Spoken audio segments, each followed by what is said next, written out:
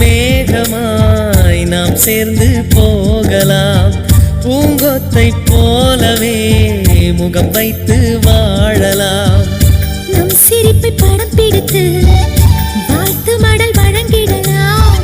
நூற்றாண்டை தாண்டியும் நம் பெயர் நாளை நிலைத்திடலாமே.